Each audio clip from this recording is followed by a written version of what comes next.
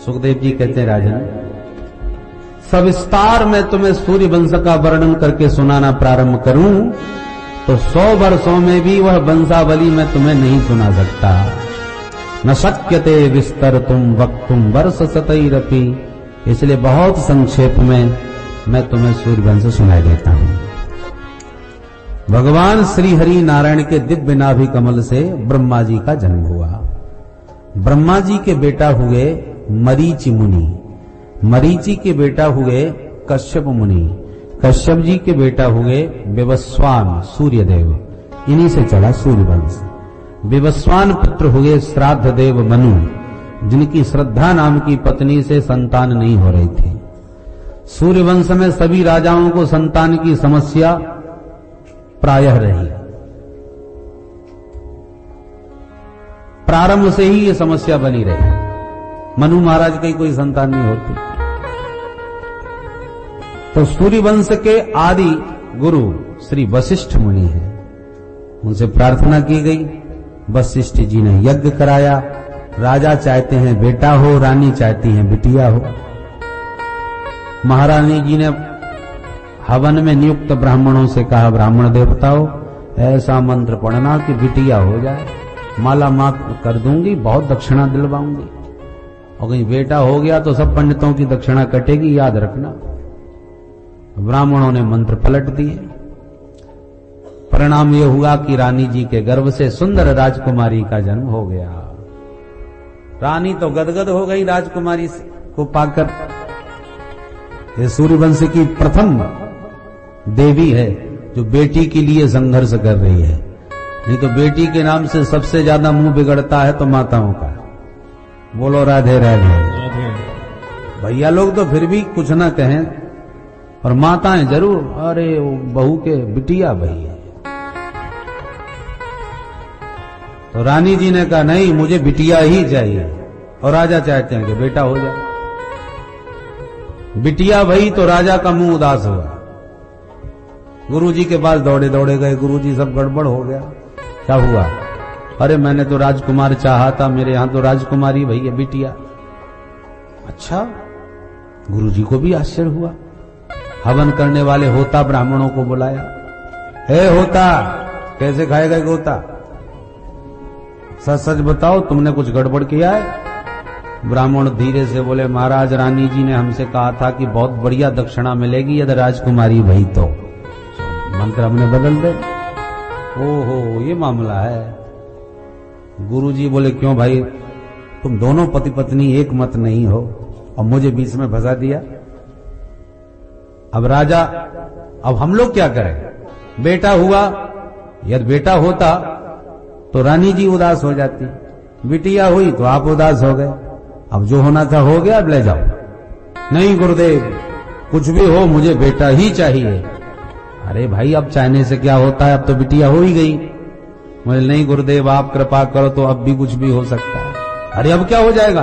बोले आप कृपा करोगे तो ये बिटिया ही बेटा बन जाएगी। हाथ धो के राजा पीछे पड़ गए तो गुरुजी को भी दया आ गई, उन्होंने उस बिटिया को ही बेटा बना दिया। बोलो राधे राधे। भागवत में लिखा है। अब बताइए, जो वैज्ञानिक आज कर रहे हैं वो हमारे महात्मा लोग न जाने कब कर चुके थे।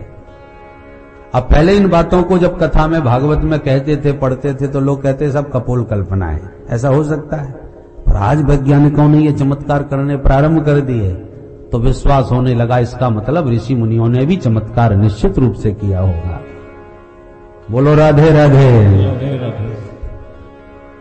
बाद में भगवत कृपा से महारानी से 10 पुत्रों को जन्म मिला और उन्हीं 10 पुत्रों से सूर्य वंश का विस्तार हुआ। इक्ष्वाकु, नृग, सरयाति, प्रसद्र, नभग, कवि इत्यादि इन्हीं राजकुमारों से विस्तार हो गया। सुखदेव जी कहते हैं, राजन मनुपुत्र जो महाराज सरयाति थे, इनकी एक बेटी थी सुकन्या। इसने धोखे से समाधिस्थ बैठे चवन मुनि की आंखें फोड़ दी। बाबा अंधे हो गए।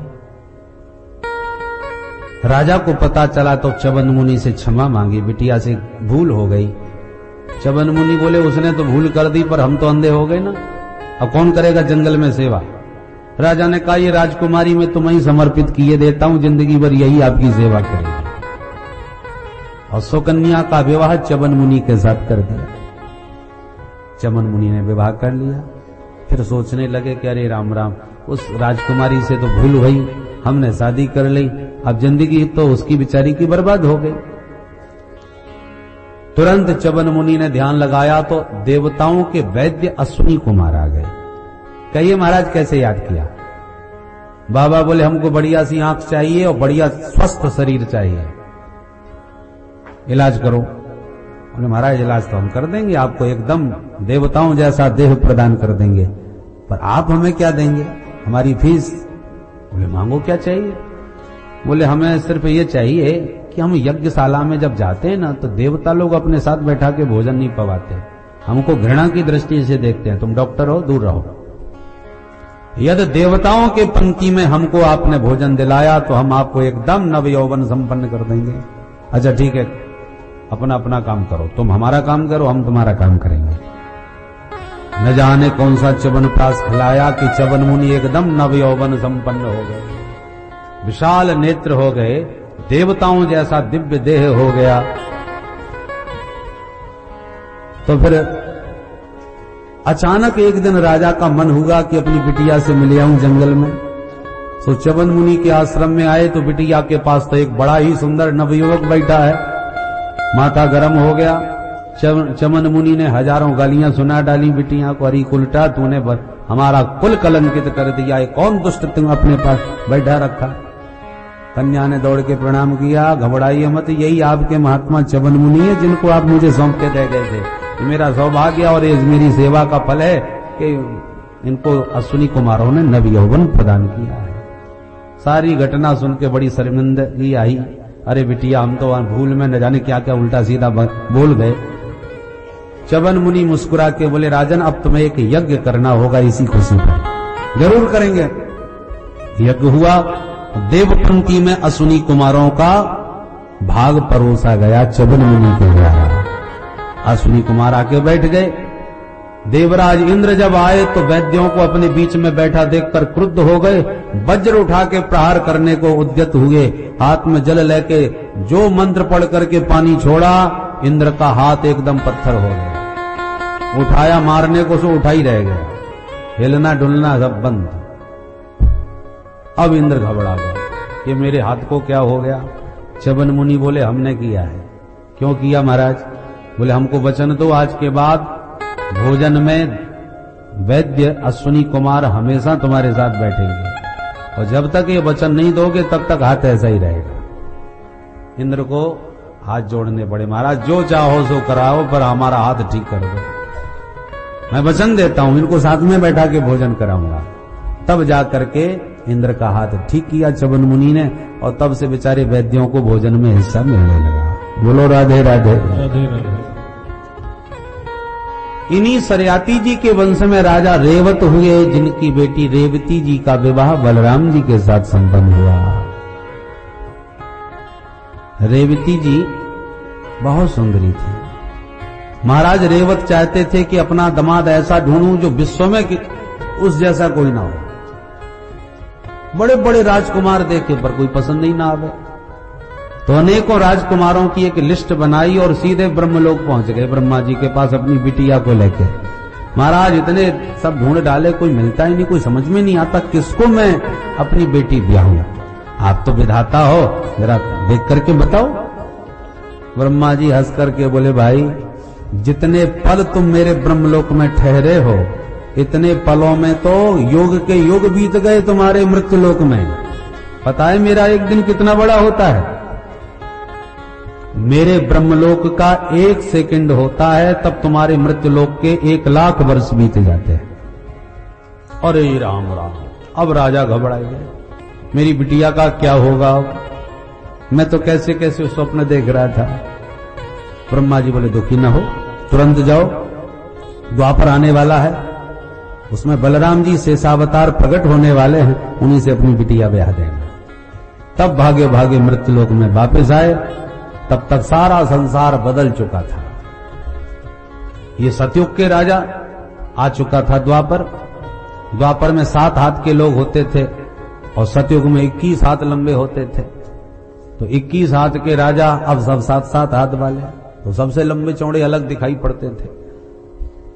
आए द्वारका में, बलराम जी से विवाह का प्रस्ताव बिटिया का रखा।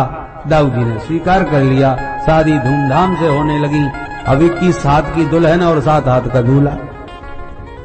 भामर पड़ने लगी, लोग हंसने लगे, रूमाल में मुंह दे करके देखो कैसा जोड़ा। कन्हैया भी छेड़ने लगे, दाऊ भैया बड़ी बहू के बड़े भाग्य। अच्छा हुआ लंबी भाभी ढूंढी आपने, हमेशा भाभी जी को सिर झुका के ही बात करना पड़ेगा। ऐसे परिहास करने लगे। कन्हैया श्री दाऊ जी समझ गए नटखट हमको छेड़ता ही रहेगा। उठाया अपना हल मूसल, रेवती जी के कंधे पर अपना हल रख करके जोर का झटका मारा। एक झटके में न जाने क्या कमाल हुआ कि 7 हाथ की हो गए, अपने बराबर कर लिया। बोल कृष्ण बलदेव की जय।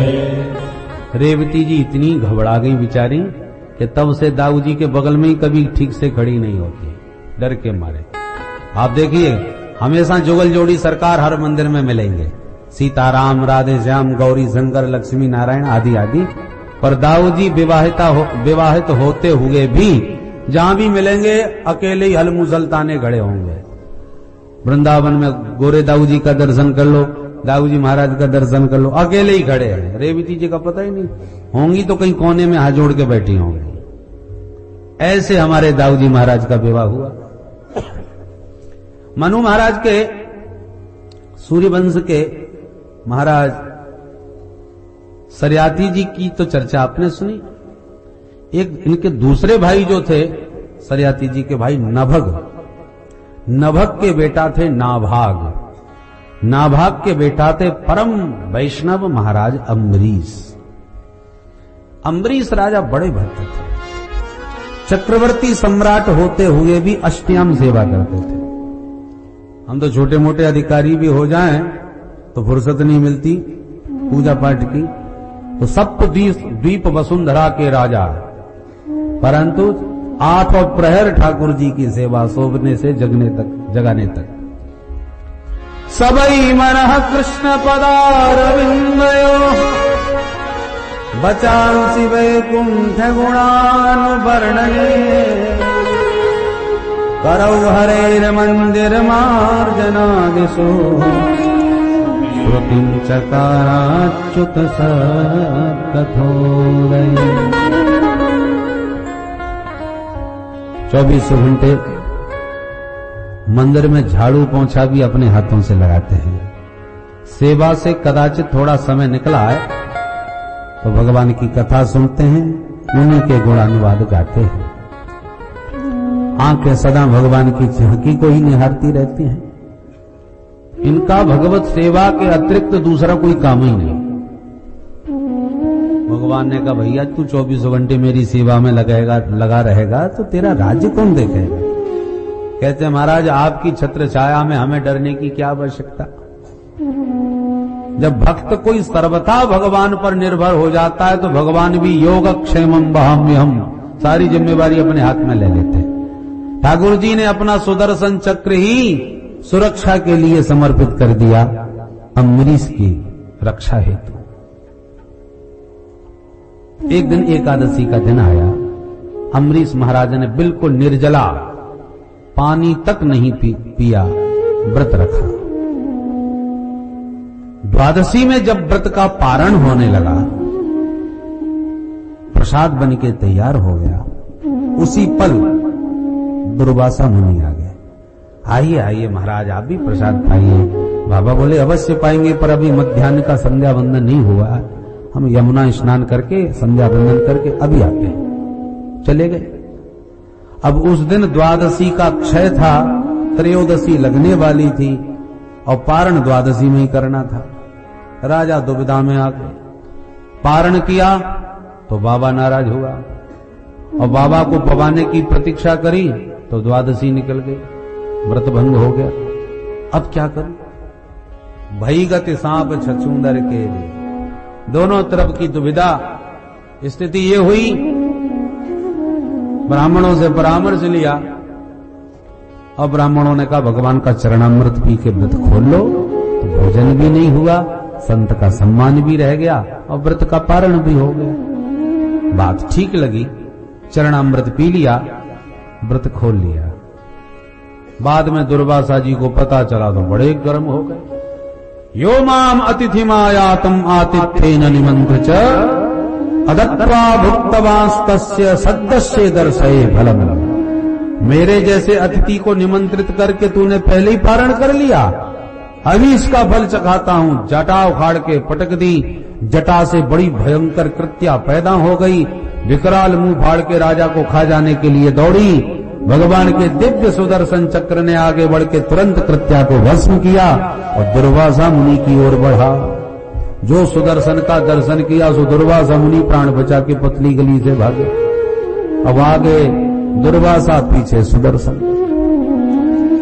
भागे भागे ब्रह्मा जी की शरण में, हे विधाता रक्षा करो इस सुदर्शन से। जो सुदर्शन का नाम सुना ब्रह्मा जी ने भी हाथ जोड़ लिया, भैया तू यहां से भाग जल्दी। भोले बाबा की शरण में गए, भोलेनाथ मैं तो आपका ही बच्चा हूं, मेरी रक्षा करो। भोलेनाथ ने कहा जिसका सुदर्शन है उसी के पास जा, मेरे बस की बात नहीं। तब भगवान नारायण के चरणों में जाके गिरे, प्रभु आप तो ब्राह्मण देव हो, मुझे ब्राह्मण की आप ही रक्षा करो। भगवान भी हाथ जोड़ के बोले दुर्वासा जी भैया क्या करें, हम भी पराधीन हैं, कुछ नहीं कर सकते। दुर्वासा जी बोले आप कैसी बात करते हैं प्रभु, सारे संसार के मालिक होके कह रहे हो कि हम पराधीन हैं, भला आप किसके अधीन हो। तो भगवान अपनी अधीनता स्वीकार करते हुए कहते हैं अहम भक्त पराधीन यस्वतंत्र द्विज साधुभिर्ग्रस्त हृदयो भक्तैर्भक्त जन प्रिय। क्योंकि एकदम अधीन रहता हूं। किस प्रकार? बोले जैसे एक पतिव्रता पति को समर्पित होकर के सेवा करते करते अंत में पति को भी अपने बस में ही कर लेती है, सेवा के बल पर, समर्पण के बल पर। ऐसे ही वसी कुर्वन्ति माम भक्त्या सत्प्रियः सत्पतिम् यथा। सेवा समर्पण से इन भक्तों ने मुझे भी अपने बस में कर लिया। मैं इनके विरुद्ध कुछ नहीं कर सकता। दिन रात ये मुझे भजते हैं तो मैं भी दिन रात इन्हीं को भजता हूं। ये मुझे अपने हृदय में रखते हैं तो मैं भी इनको अपने सदा हृदय में संभालता हूं। साधवो हृदयं मह्यं साधूनां हृदयं त्वहं मदन्यत्ते न जानन्ति नाहं तेभ्यो मनागतः। दुर्वासा जी बोले तो महाराज अब मैं किधर जाऊं ये बताओ। भगवान बोले उधर ही जाओ जिधर से आए हो। जिसका अपराध किया है उसी की शरण में जाओगे तो बच पाओगे। ये सुदर्शन मेरा नहीं उसी का हो गया।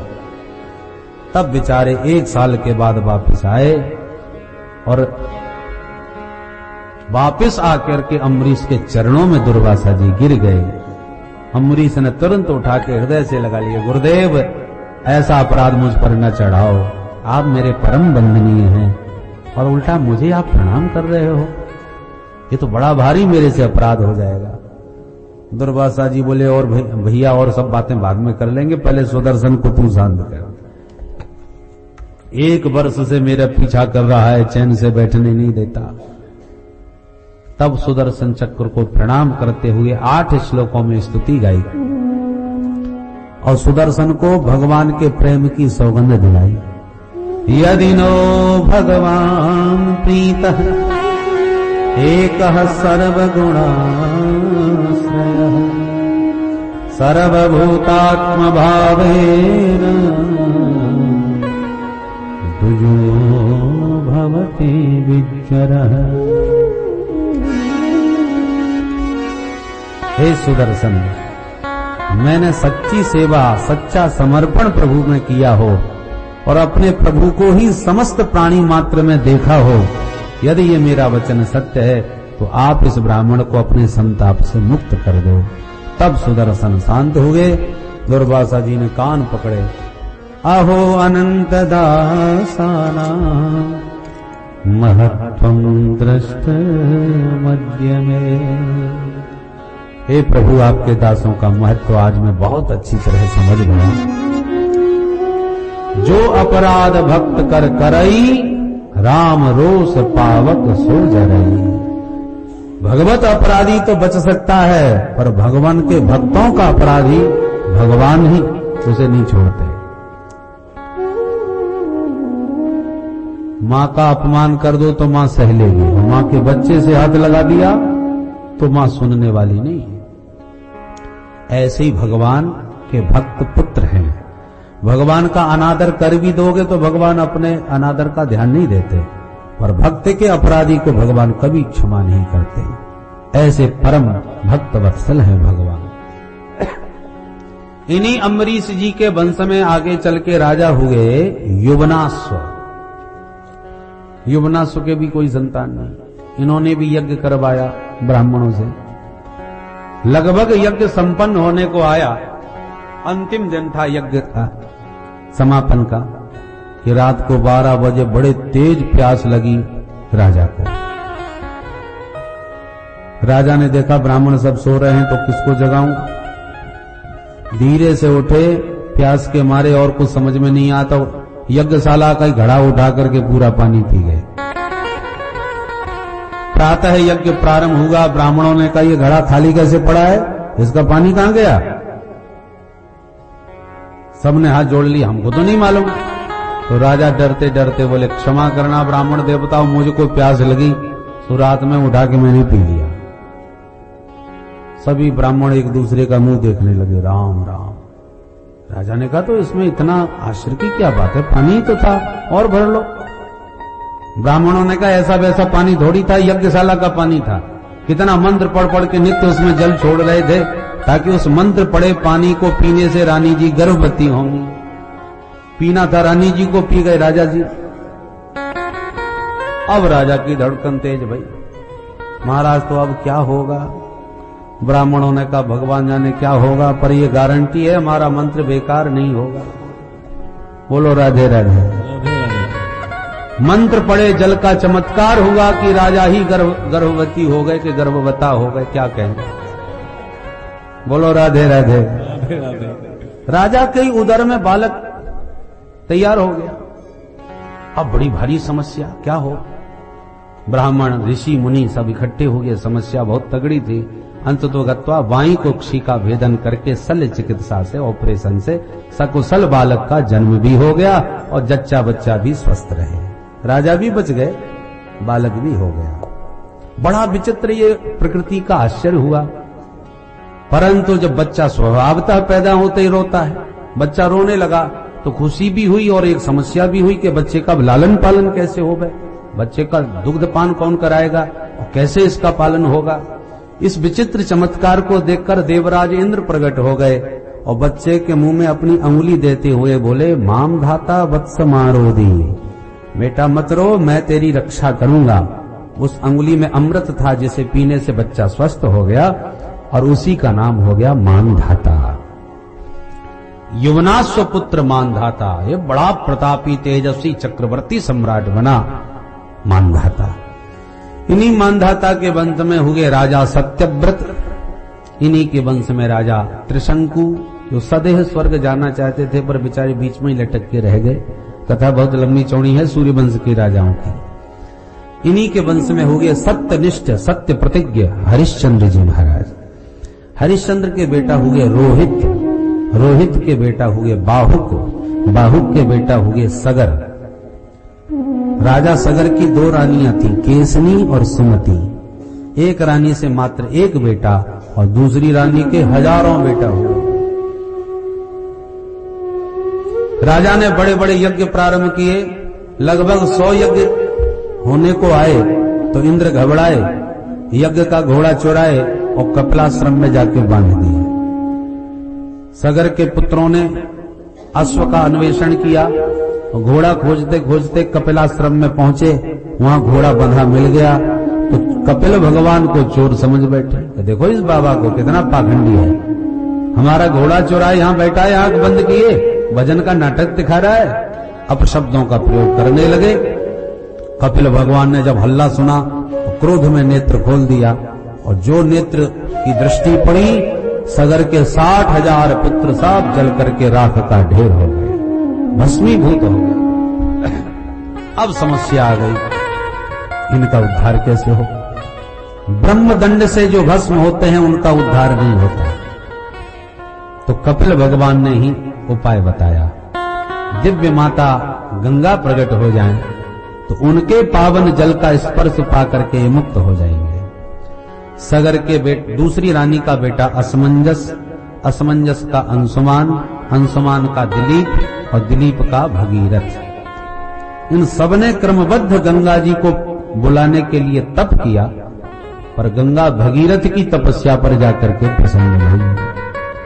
बोलो भाई क्या चाहते हो? बोले मां इस धराधाम पर आओ, मेरे पूर्वजों का उद्धार करो। गंगा जी ने कहा कैसे जाऊं, मेरे दुस्सह वेग को धारण कौन करेगा?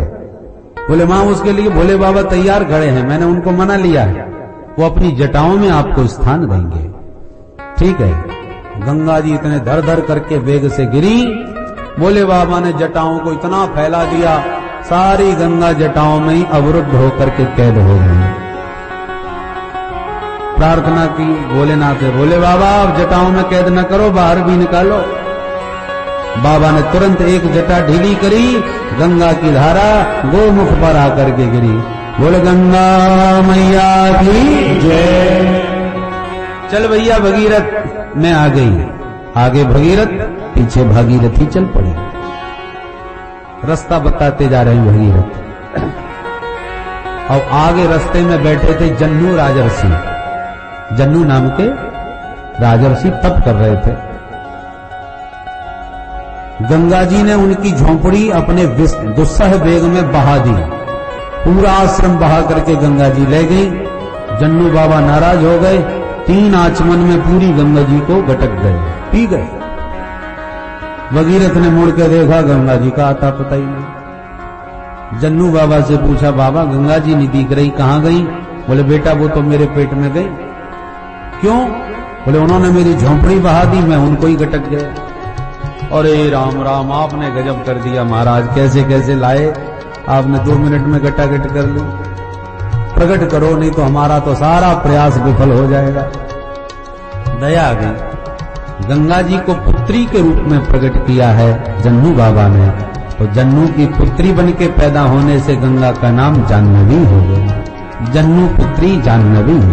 बोले जाह्नवी मैया की जय। भगीरथ बोले माता जी अब पीछे पीछे चली आओ, दोबारा किसी से मत टकराना, भारत भूमि के महात्मा एक से खतरनाक। ठीक है भैया चलो। नीचे उतरती हुई हिमालय से जैसे ही हरिद्वार में आई तो सप्तऋषि तप कर रहे थे, जगह जगह अलग अलग। गंगा जी ने धर धर करके अपनी विशाल धारा का शोर मचाया। सप्तऋषि बोले शांति से निकल जाओ देवी जी, ज्यादा हल्ला मत मचाओ, हमको भजन में विक्षेप हो रहा है। गंगा जी घबरा गई, पहले तो एक ही था, ये तो अब साथ साथ बैठे हैं, फिर कोई गड़बड़ ना हो जाए। तुरंत गंगा जी ने अपनी धाराओं को 7 भागों में बांट दिया, उसी का नाम सप्त सरोवर हरिद्वार। बोलो राधे राधे। सप्तऋषियों की झोंपड़ी बचाती हुई गंगा जी अपने वेग को आगे बढ़ाई और भगीरथ के पीछे पीछे चलते चलते कानपुर इलाहाबाद होती हुई सीधे पहुंच गई सागर में। सागर माने सगर पुत्रों की राख जहां पड़ी थी, उसी सगर पुत्रों की राख को गंगा जी ने जैसे अपने पावन जल से छुआ, यज्जल स्पर्श मात्रेण ब्रह्मदंड हतापि सगरात्मजा दिवं जगमोह केवलम देह भस्म भी। गंगा मैया ने स्पर्श करके सबको ब्रह्मदंड से मुक्त करके परम धाम का अधिकारी बना दिया। बोल गंगा मैया की जय। सबका उद्धार हुआ। भगीरथ लेके आए इसलिए भागीरथी कहलाई। इन्हीं भगीरथ के बेटा हुए ऋतुपर्ण, ऋतुपर्ण के सौदास, सौदास के अस्मक, अस्मक के नारी कवच, नारी कवच के खट्वांग। पहले दिन की कथा में आपने सुना था सूर्यवंशी खट्वांग जो एक मुहूर्त में ही मुक्ति पा लिए थे, ये वही खट्वांग है। खट्वांग के बेटा दिलीप, दिलीप के बेटा रघु, जिनके नाम से रघुवंश चल पड़ा, इतने तेजस्वी रघु थे। रघु के बेटा अज, अज के बेटा दशरथ, और दशरथ जी के बेटा श्री राम, लक्ष्मण, भरत और शत्रुघ्न लाल जी हुए। बोल राघवेंद्र सरकार की जय, अयोध्या धाम की जय, भक्त वत्सल भगवान की जय, चारों भैयाओं की जय। भगवान के अवतार के हजारों हेतु हैं। कोई कहता है भगवान दुष्टों को मारने आते हैं, तो कोई कहता है भक्तों को तारने आते हैं। परंतु एक भक्त बड़ी प्यारी बात कहते हैं, वो कहते हैं भगवान न मारने आते हैं न तारने, भगवान तो वात्सल्य रस पाने के लिए धराधाम पर पधारते हैं। बोलो जय सिया राम, जय सिया राम। इसलिए भगवान को दिव्य साकेत में सब आनंद है, पर एक कमी है। क्या कमी है? भगवान का मन होता है कि माता पिता से बच्चों को जो सुख मिलता है, वात्सल्य मिलता है, वो वात्सल्य हमें कभी नहीं मिला, क्योंकि सारे संसार के हम ही माता पिता बने बैठे हैं। तो हमारा कोई माता पिता होता तो हमको प्यार मिलता। तो ये कमी हमारी कैसे पूर्ण हो? भगवान बोले तो चलो हम भी किसी को माता पिता बनाए लेते हैं। तो सारे जगत का पिता अब किसको अपना पिता बनावे? संकोच लगने लगा भगवान को। पर मनु शत्रुपा ने तप करके जब वरदान मांगा, चाहो तुम ही समान सुत, तो भगवान खुश हो गए। चलो कोई बेटा बनाने के तैयार है हमको, तो हम भी पिताजी ढूंढते फिर रहे हैं, बना लेंगे। तब भगवान पहली बार विधिवत बेटा बने हैं, कश्यप और अदिति के पुत्र बनकर के बटुक वामन रूप से। बाकी इससे पहले अवतार तो बहुत हुए, पर माँ बाप कोई नहीं बनाया।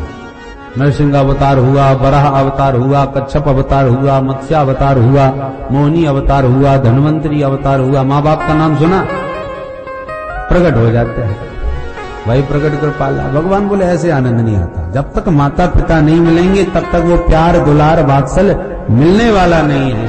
तो चलो माँ बाप बना ही लेते हैं। कश्यप जी पिता बने, अदिति मैया बनी, और वामन बटुक पुत्र बन के पैदा हुए।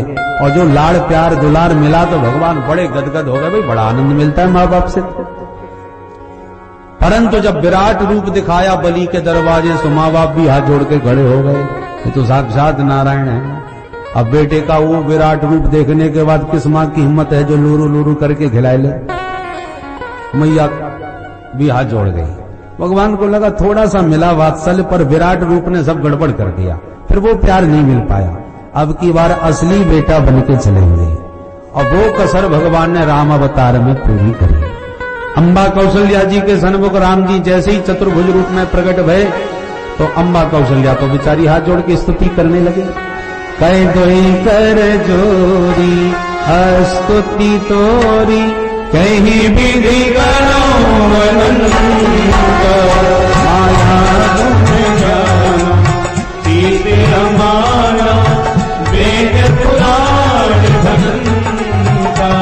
भगवान बोले बस करो माता, कान पक गए स्तुति सुन सुन के मेरे।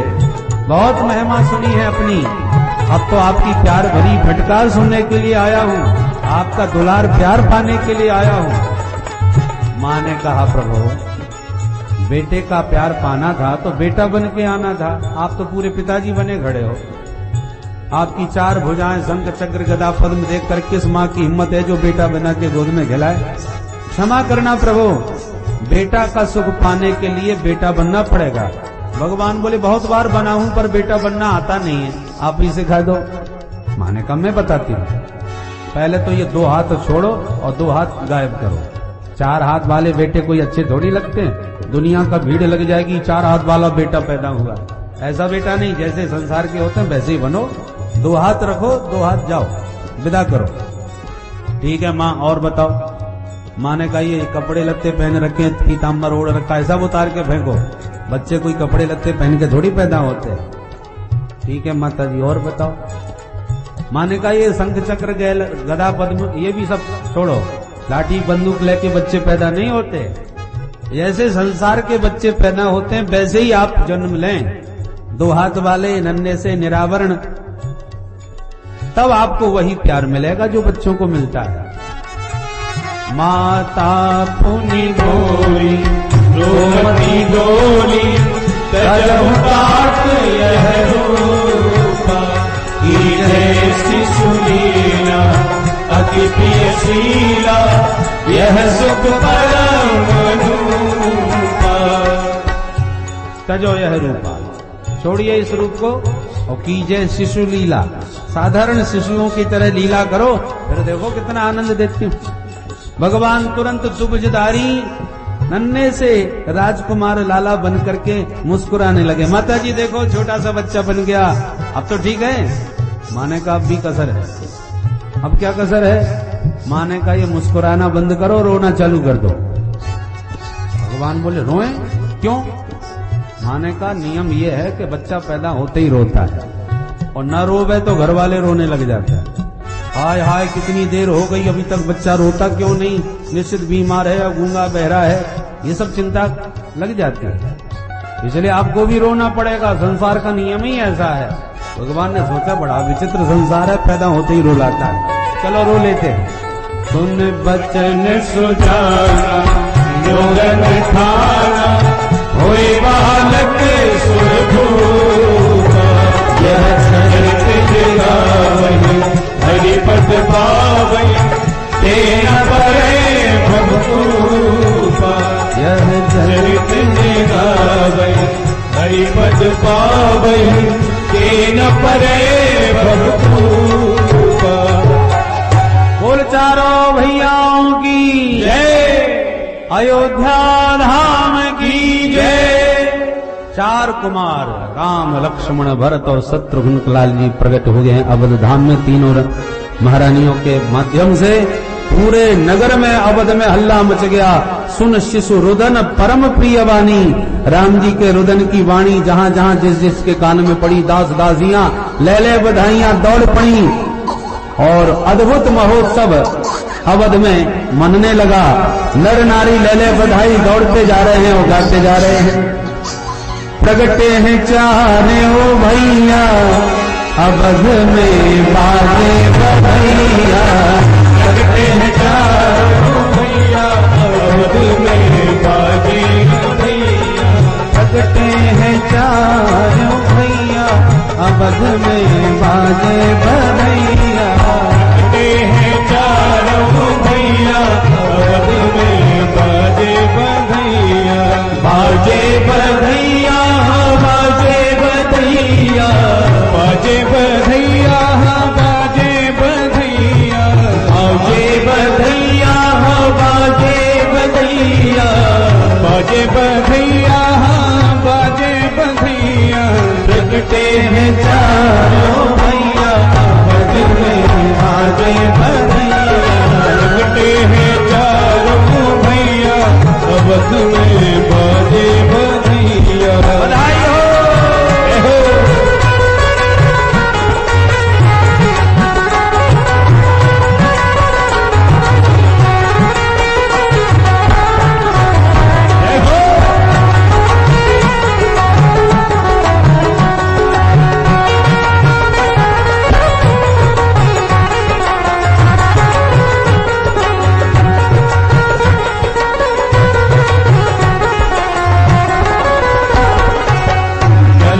गलियन धूम मची है, गलियन गलियन धूम मची है, गलियन गलियन धूम मची है, गलियन गलियन धूम मची है, बाज रही है नैया अवध में बाजे बधैया, बाज रही सहनैया अवध में बाजे बधैया, प्रगटे हैं चारों भैया अवध में बाजे बधैया, प्रगटे हैं चारों भैया अवध में बाजे बधैया।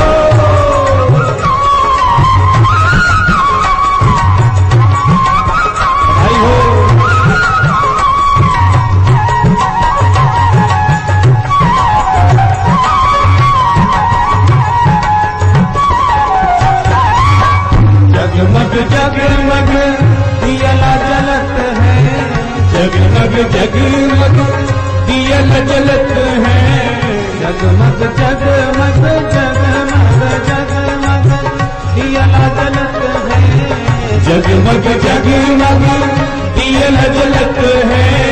झिलमिल होत अटैया बध में बाजे भैया, झिलमिल होते अटैया बध में बाजे भैया,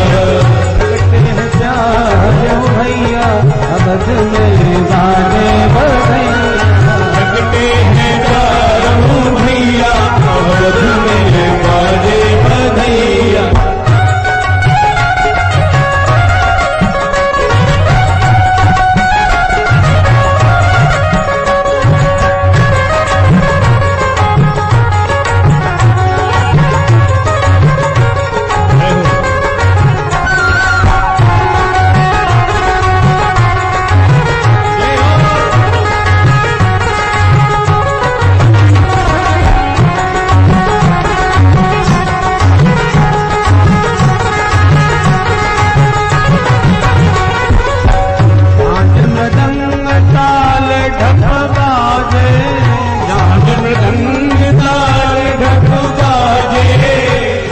मृदंग ताल ढप बाजे, झांझ मृदंग ताल ढप बाजे, ताल ढप बाजे, ताल ढप बाजे, ताल ढप बाजे, ताल ढप बाजे, ताल मृदंग ताल ढप बाजे, झांझ मृदंग ताल ढप बाजे, नाचत ताता भैया बाजे भैया अवध में बाजे भैया, लगते हैं चारों भैया अवध में बाजे भैया, लगते हैं चारों भैया अवध में बाजे भैया।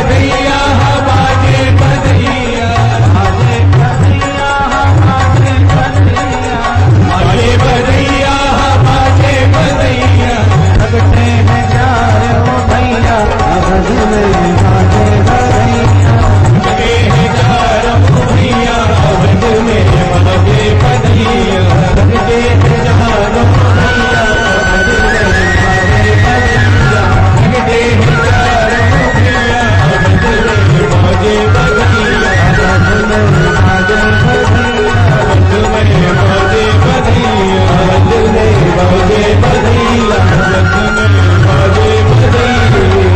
बोल अयोध्या धाम की जय। चारों भैयाओं की जय। अयोध्या नाथ की जय जय सीताराम। दशरथ जी के आनंद में आंगन में आनंद महोत्सव मन रहा है। अपने कुल गुरु श्री वशिष्ठ जी को बुला करके आज उनका दिव्य स्वागत सत्कार हो रहा है, क्योंकि उन्हीं के आशीर्वाद से ये आनंद प्रकट हुआ है। तो दशरथ जी के आंगन में वशिष्ठ जी का स्वागत हो रहा है। हमारे राठी जी के इस आनंद महोत्सव में हमारे श्री महाराज श्री पधारे हैं। उन्हीं के आशीर्वाद से ये आनंद उत्तरोत्तर वृद्धि को प्राप्त हो रहा है। इसलिए हमारे महाराज श्री का राठी जी स्वागत करेंगे। 2 मिनट महाराज जी का हम पुनः आशीर्वाद लेंगे। उसके बाद राम जी का उत्सव मनाने के बाद घनश्याम का महोत्सव मनाने के लिए हम ब्रजधाम की ओर यात्रा करेंगे। बोल भक्त वत्सल भगवान की जय जय जय सीताराम।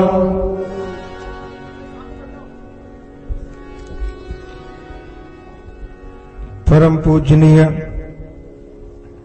श्री इस आश्रम के अध्यक्ष स्वामी श्री ओमानंद जी महाराज व्यास जी महाराज को शॉल अर्पण कर आशीर्वाद दे रहे हैं। यह देश संतों का देश है और महाराज जी उसी कड़ी में यहां इस आश्रम के अधिष्ठाता है। परम पूजनीय जिन्होंने इस शुक तीर्थ को जन्म दिया, ऐसे श्री कल्याण देव जी महाराज के कृपा पात्र और इस आश्रम के अध्यक्ष परम पूजनीय श्री ओमानंद जी महाराज, जो इस पूरे कार्यक्रम के लिए अपने परकर के साथ में पूर्णतया समर्पित है, हमारे राठी परिवार को पूरा सहयोग दे रहे हैं। मैं अपेक्षा करूंगा कि राठी परिवार के ही कुछ सदस्य परम पूजनीय श्री महाराज जी का आदरणीय श्री भागीरथ जी ने सम्मान किया।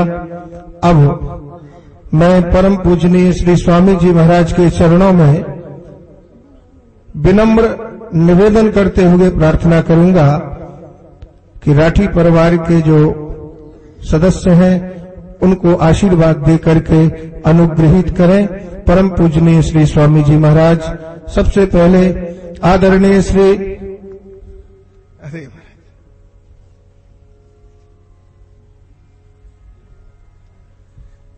सबसे पहले श्री महाराज जी से मैं प्रार्थना करूंगा कि भागीरथ जी राठी इनको आशीर्वाद प्रदान करें।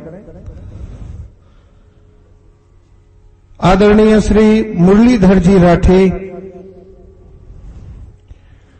आदरणीय श्री माणक चंद जी राठी,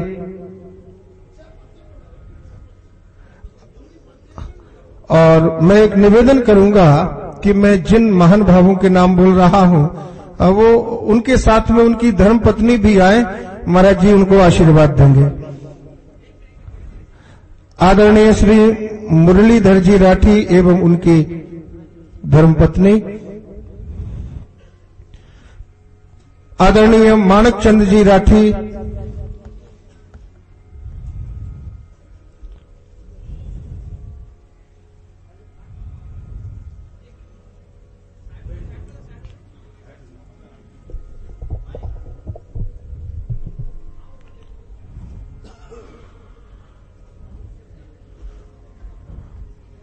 श्रीमान मुरलीधर जी राठी एवं उनकी धर्मपत्नी, महाराज जी इन दंपति को आशीर्वाद दे रहे हैं। मालचंद जी, परमादरणीय श्री मालचंद जी एवं उनकी धर्मपत्नी, उनका मैं आह्वान कर रहा हूं।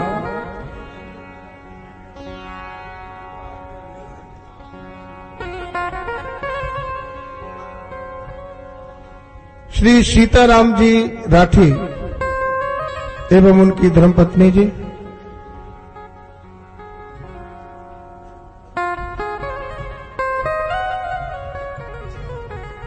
आदरणीय श्री ओम प्रकाश जी राठी एवं उनकी धर्मपत्नी, आदरणीय श्री सत्यनारायण जी राठी एवं उनकी धर्मपत्नी जी, आदरणीय श्री नंद किशोर जी राठी,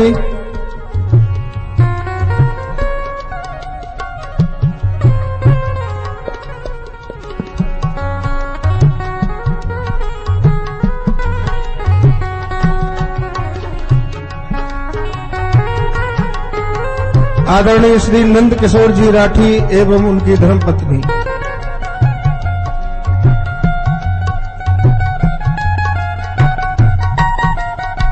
आदरणीय श्री गजानन जी राठी एवं उनकी धर्मपत्नी,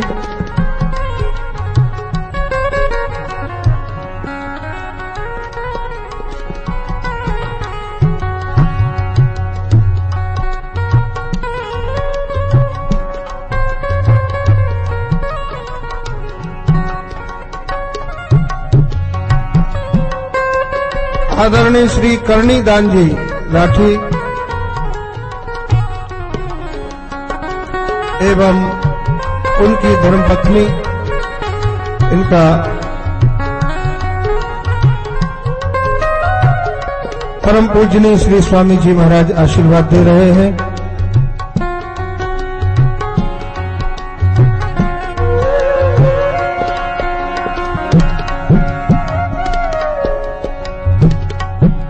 इस कार्यक्रम के जो परीक्षित हैं, इन दंपति को महाराज जी आशीर्वाद दे रहे हैं एवं उनकी धर्मपत्नी को साड़ी प्रदान कर आशीर्वाद दे रहे हैं।